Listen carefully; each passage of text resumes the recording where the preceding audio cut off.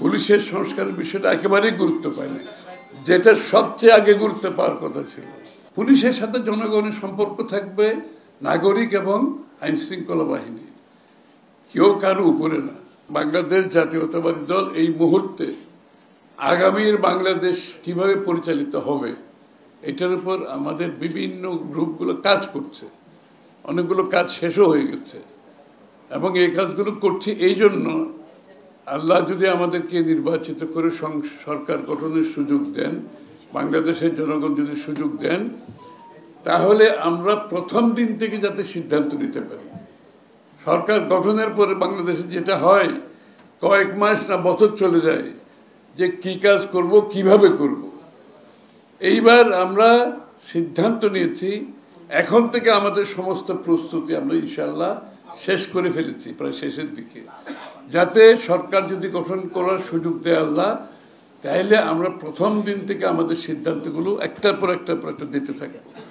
এবং সিদ্ধান্তগুলো কিন্তু ওপেন কোনো সিদ্ধান্ত না।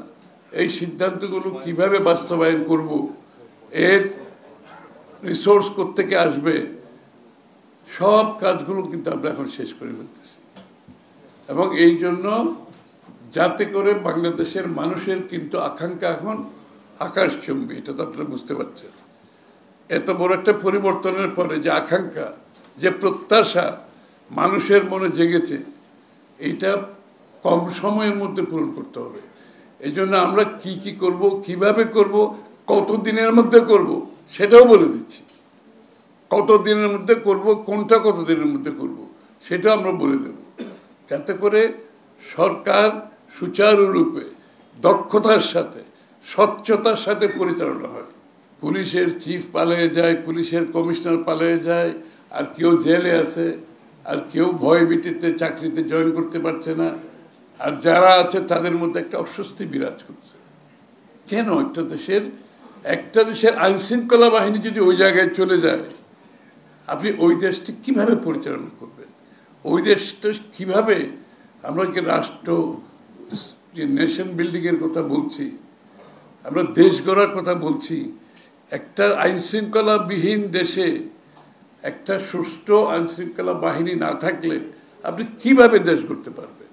আইন শৃঙ্খলা হচ্ছে একেবারে, আইনের শাসন হচ্ছে একেবারে প্রাথমিক একটি দেশের জন্য প্রয়োজনীয়তা, প্রাথমিক প্রয়োজনীয়তা। একটা আইন শৃঙ্খলা বাহিনী যেটা নির্দলীয়, যেটা স্বচ্ছতার সাথে, দক্ষতার সাথে, সততার সাথে পরিচালিত হবে, তাহলেই সেটা একটা গণতন্ত্রের এবং দেশ পরিচালনার একটা ভিত্তি সংগঠন, প্রতিষ্ঠান। এটার উপর আমাদের একটা নীতিমালা আমরা প্রণয়ন করছি, যেটাতে পুলিশ পরিচালনা, দক্ষতা, স্বচ্ছতা, জনগণের কাছে গ্রহণযোগ্যতা, পুলিশের সাথে জনগণের সম্পর্ক থাকবে নাগরিক এবং আইন শৃঙ্খলা বাহিনী, কেউ কারো উপরে না।